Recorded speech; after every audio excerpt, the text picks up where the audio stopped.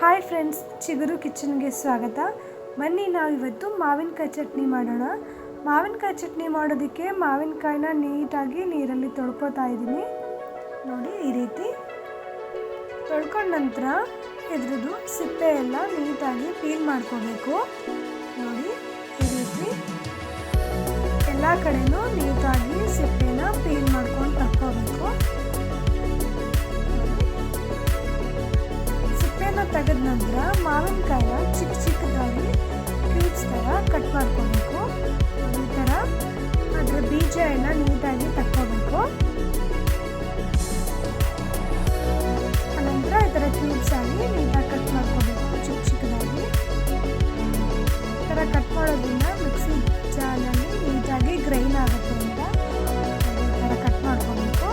ಆಮೇಲೆ ಮಿಕ್ಸಿ ಜಾರ್ಗೆ ಮಾವಿನಕಾಯಿ, ಜೀರಿಗೆ, ಹಸಿಮೆಣಸಿನಕಾಯಿ, ರುಚಿಗೆ ತಕ್ಕಷ್ಟು ಉಪ್ಪು ಹಾಕ್ಕೊಂಡು ಅದಕ್ಕೆ ಒಂದು ಸ್ವಲ್ಪ ಕೊತ್ತಂಬರಿ ಸೊಪ್ಪು ಹಾಕಬೇಕು. ಕೊತ್ತಂಬರಿ ಸೊಪ್ಪು ಹಾಕಿದ್ಮೇಲೆ ಅದನ್ನು ಗ್ರೈಂಡ್ ಮಾಡಿ ಒಂದು ಬೌಲ್ಗೆ ಶಿಫ್ಟ್ ಮಾಡ್ಕೊಳ್ಳೋಣ.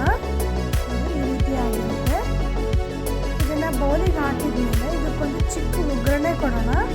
ಒಗ್ಗರಣೆಗೆ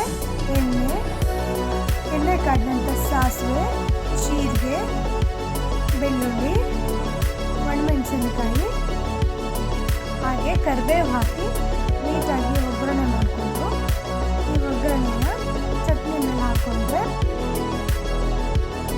ರುಚಿಯಾದಂತಹ ಮಾವಿನಕಾಯಿ ಚಟ್ನಿ ರೆಡಿ ಆಗುತ್ತೆ. Thank you for watching. Please to subscribe.